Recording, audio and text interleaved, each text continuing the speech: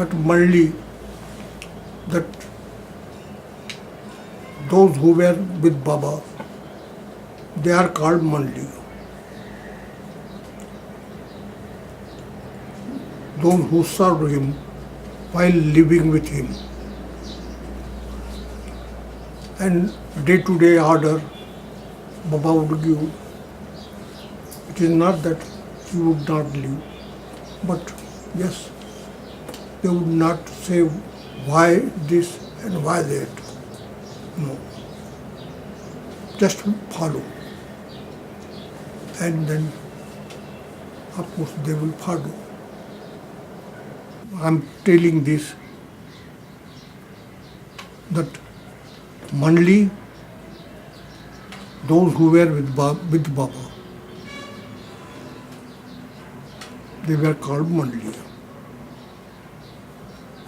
I was called Mandali, Erach, Pendu, and Mani,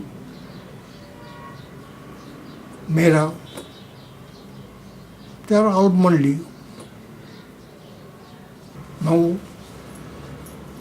I am the only one who lived with Baba,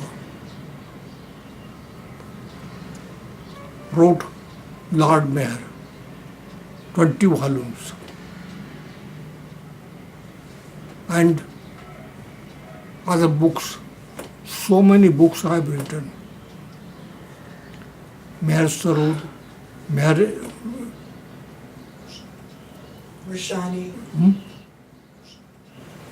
Meher Sarod, Meher Roshni, Meher Gitika, Meher Kiran, Lord Meher, 20 volumes, Meher Darshan, in poetic form, whole Baba's life. And previously in 1960s, Meher Jyoti, twice he has written, the Meher Jyoti, 1960s, and then I think so 62 something, second edition, and a lot of changes are there. Then Prem Mahima, Baba's play, Meher Lila, Divya Lila, Jai Meher, Puja, you alone exist. All this. Nothing and everything, nothing and everything, Meher Baba manifesting. While the world slept. All these books. Nectar for the children. Now, Ancient One, Nectar for the Children, New Life, Awakening. Part 1, yes, Awakening Part 1. Part 2 will come. Part 2 will come. heart and mind. Heart takes one inside, and mind takes everywhere, outside. Mind does not reach heart.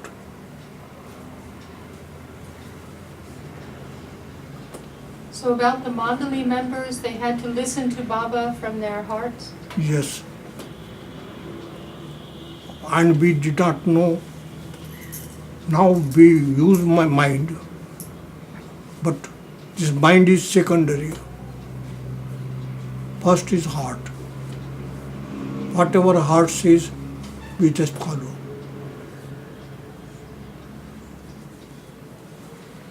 Mandali used to listen, Mandali used to obey, without question most of the time. What Baba used to say means they used to use Meher Baba's mind, the universal mind, not their own mind.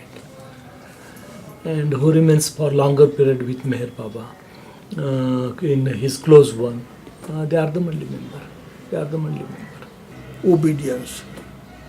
I learnt just to obey Baba. Since then, nothing. Thoughts will come in my mind, but I will not obey the thoughts.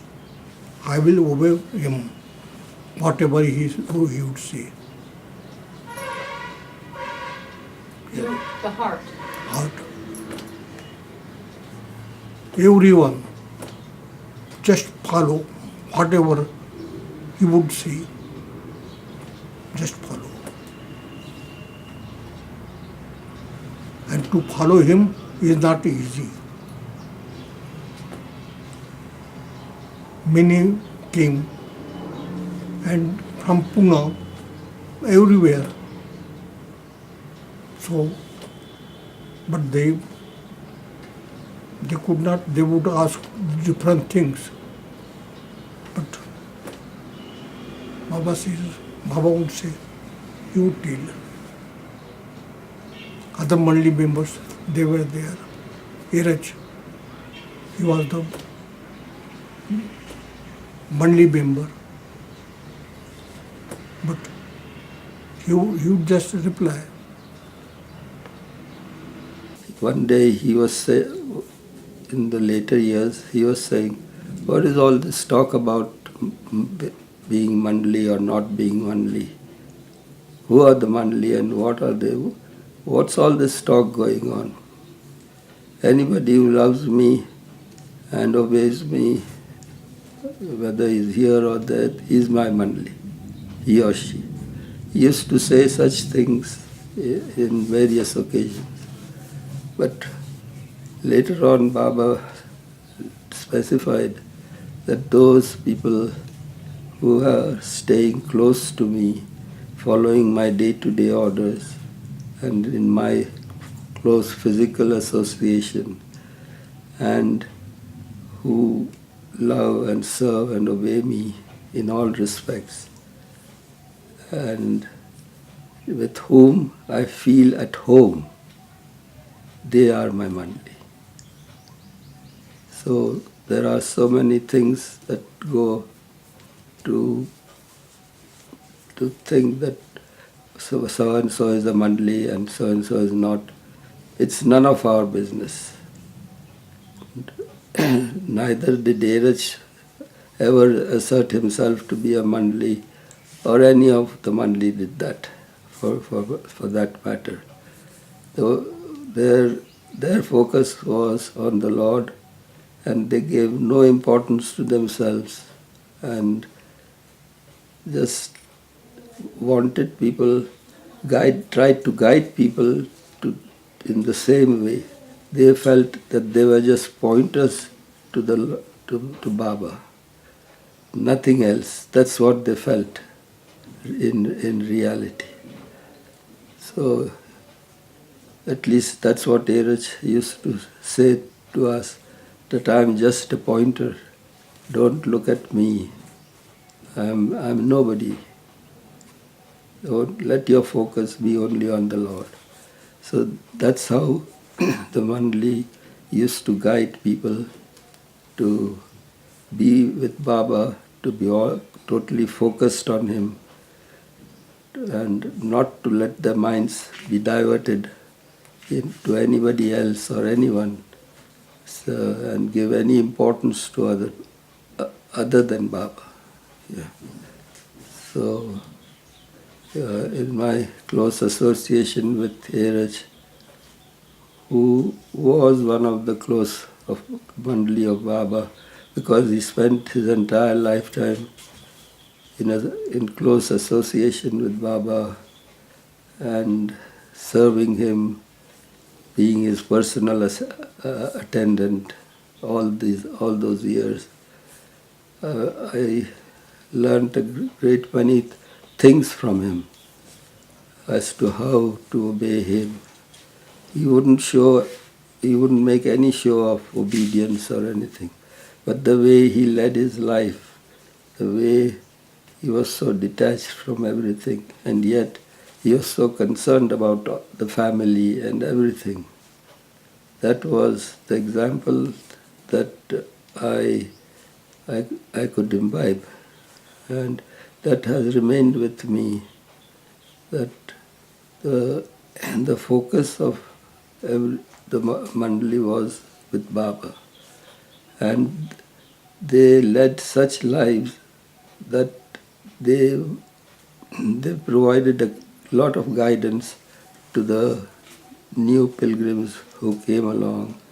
The Mandali gave them all the ways in which Baba used to live, how he lived, how he was leading a normal human life, and yet how at the same time they felt his divinity also. So they had the first-hand experience of Baba being both God and human at the same time. And they therefore had the capacity to guide people to, to what they should be doing. And so many pilgrims benefited by that. The way Erich would tell stories about Baba and the way he recounted them, that he could bring Baba's physical presence alive while talking. Same with Mani and Mera and all these close people who were with Baba. They did all this to bring Baba alive to the pilgrims, and which the current generation now unfortunately don't have anymore. So they have left this legacy to us to follow what they have said, that to be focused on Baba, to love him, to serve him. This was 1972. So Baba had left us 3.5 years before. So here I come tumbling into Ahmednagar, knowing that I'm going to meet the saints that I have wanted to meet all my life. I'm going to meet them. And who are they? And what will they be like? And will they accept me? Will they close their doors? Will they open their door? How will I be with them? Well, I had so much fear and so much trepidation about, was I worthy of meeting these extraordinary people? You know, there is no one more human, more loving, more open, more forgiving, more accepting than the Mandali of Meher Baba. Every one of them welcomed me, smiled at me, clucked over me, chucked my chin. They welcomed me and loved me, and also cautioned me when I, as a very young girl, I was in my 20s, but I was still pretty young, did things that were perhaps not what I should have done. But anyone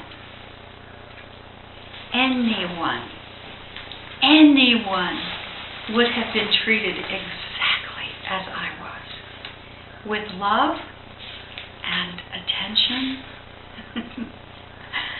and joy. They're just so accessible. You know, they make you feel at home.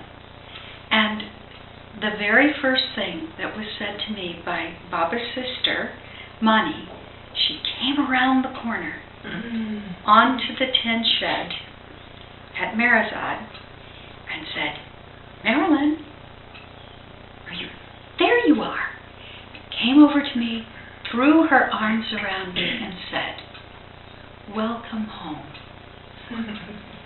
And as someone who has lived in so many places all over the world, because my father was an army officer and we traveled a lot, and I never really had a home, when she took me in her arms and embraced me and said, "Welcome home," for the very first time in my life, I actually felt there was such a thing as a home for me. And then she said, come with me. And I said, okay. She says, Mara is waiting for you. And I was astounded. And I was, well, can I just stay with you? No, you can't stay with me. Mara is waiting for you. You are the only Western woman here now. You're the only one. And you must spend your time with Mara. I was astounded because I didn't know anything other than this was the one human being who loved God to perfection, who loved God as he should be loved, and I didn't love God as he should be loved. And how was I going to keep company with this remarkable being? So I dragged my heels and Mani pulled me along and introduced me to Mara, who took over and sent Mani away, and I spent weeks at Marazad along with Mara.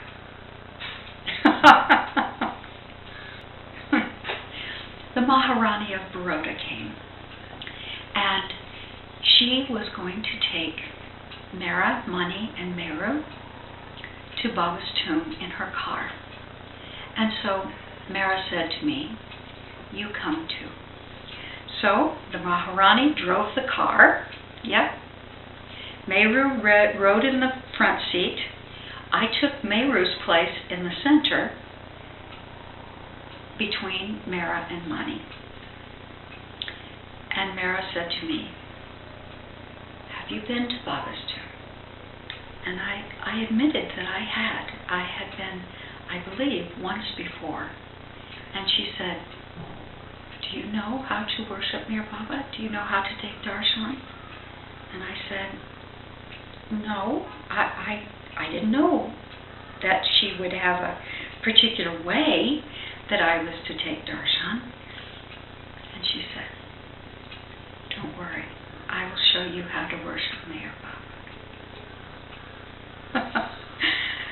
So, into the tomb I went with Mara, Mani, Meru, and the Maharani of Baroda. And Mara took darshan at Baba's tomb. And then she said to me, did you see? Did you see how I did it? And I said, yes. She said, do it. So I said, well, I don't know that I can. So she showed me exactly how she wanted me to take darshan. And you know what? I sat at Mayor Baba's tomb one day last week for several hours, looking inside, and I saw many people taking darshan from Mayor Baba in the way Mara instructed me. So this was so incredibly sweet for me to think that all these other visits I've had to India, I have not seen people taking darshan in the way that Mira demonstrated to me. But now, many, many, many people are doing it. I don't know how they learned, but what does it matter? People are taking darshan in the way that Mira said. I will teach you how to worship Mira Baba. And how was that?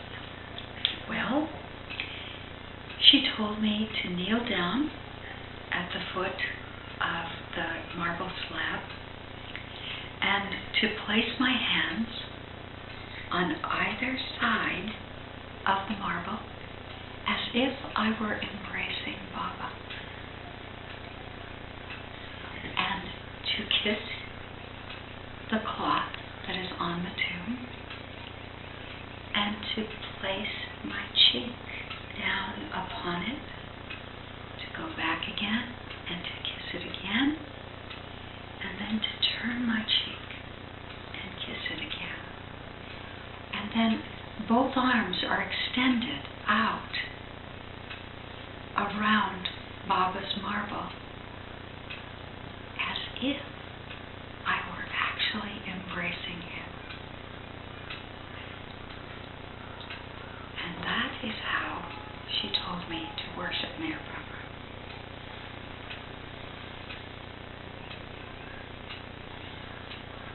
What I had with these Mandali members was friendship and joy in their company. And that is what I loved best about Katie Irani.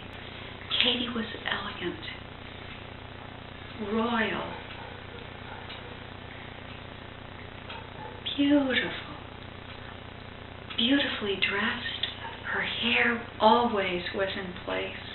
Her makeup was always beautiful. There was a smile always on her face, and a laugh, a lightness. Even when things weren't all that light, she could make everything shimmer. It was such fun to be with her. Thought right from the beginning that the thing is to cease giving importance to the self and focus upon the Lord.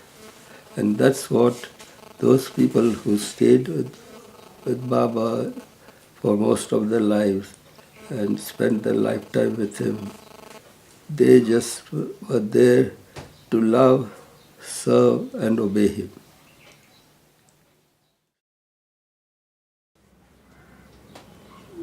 Noel, whatever he has said about this Mandali, so those who follow the rules, order, they are the Mandali. 100%, not for selfishness. Here they come, so many come, and then they give talk. Only talk, but they don't follow that. They are not the Mandali.